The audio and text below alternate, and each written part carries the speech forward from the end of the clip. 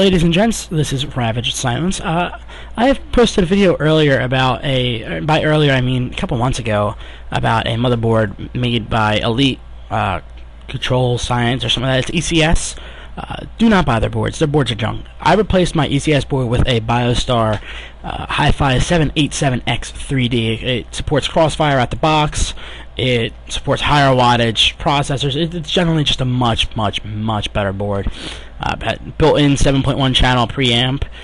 It's a much better board.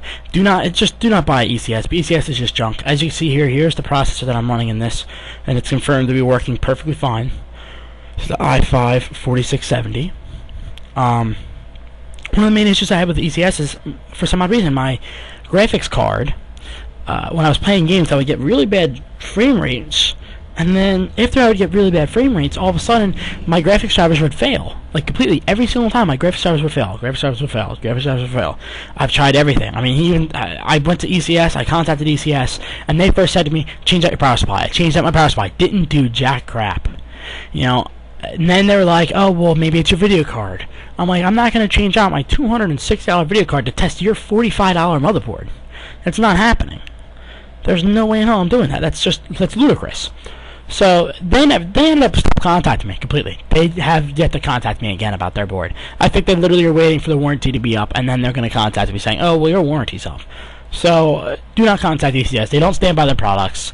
Their products are junk. I've had two boards by them. That board failed, and then the board that was before that was just getting horrible frame rates for some odd reason. I think it wasn't giving the processor enough wattage because it was an i3-4130 with a GeForce GTX 660, and it was running on a 500-watt power supply, and it was getting worse frame rates than my old AMD build, the AMD Athlon 2 645 Propus with a Radeon 7750.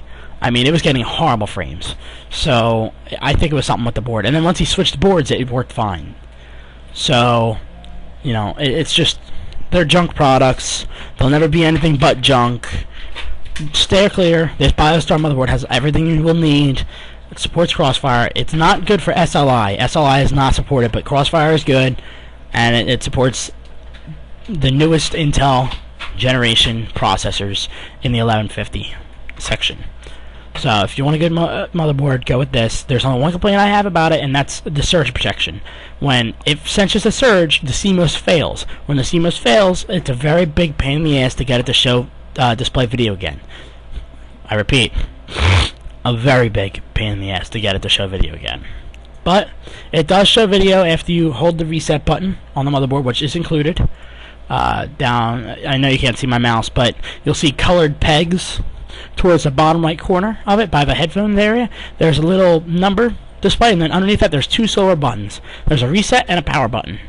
If you hold the reset button all the way down until the computer shuts off, you'll then realize that after that, when you turn it back on, the video will display. It's basically just resetting everything in the motherboard, resetting the CMOS, all that different stuff, because I realized that it was the CMOS failing every single time a power surge happens. Every time. Like if you unplug it, or if it gets unplugged or whatever, without you turning it off, that is what is going to happen. But I guess it's just a safety feature that it cuts all the power off from battery and all that different stuff. And I honestly don't know how to explain it. The point is it protects itself. It's happened so many times, and so far it has yet to have any permanent effects.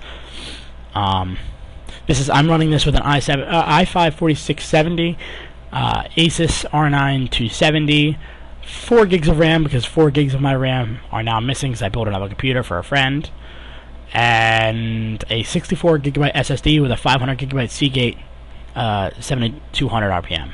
So all those parts are confirmed to be working with it, and it seems to be just a great board. Honestly, it came in great packaging. It has a very nice feel to it. When you feel the board, like some boards feel like glossy, this board feels like velvet almost. It's very hard to describe, but I definitely suggest this board. This board's amazing. And it's not like I just did this because I just bought it. I bought this thing months ago, and it's still running strong. So, but alright, thanks for watching, and I hope you enjoyed this review, and it helped towards buying or not buying this product. Bye.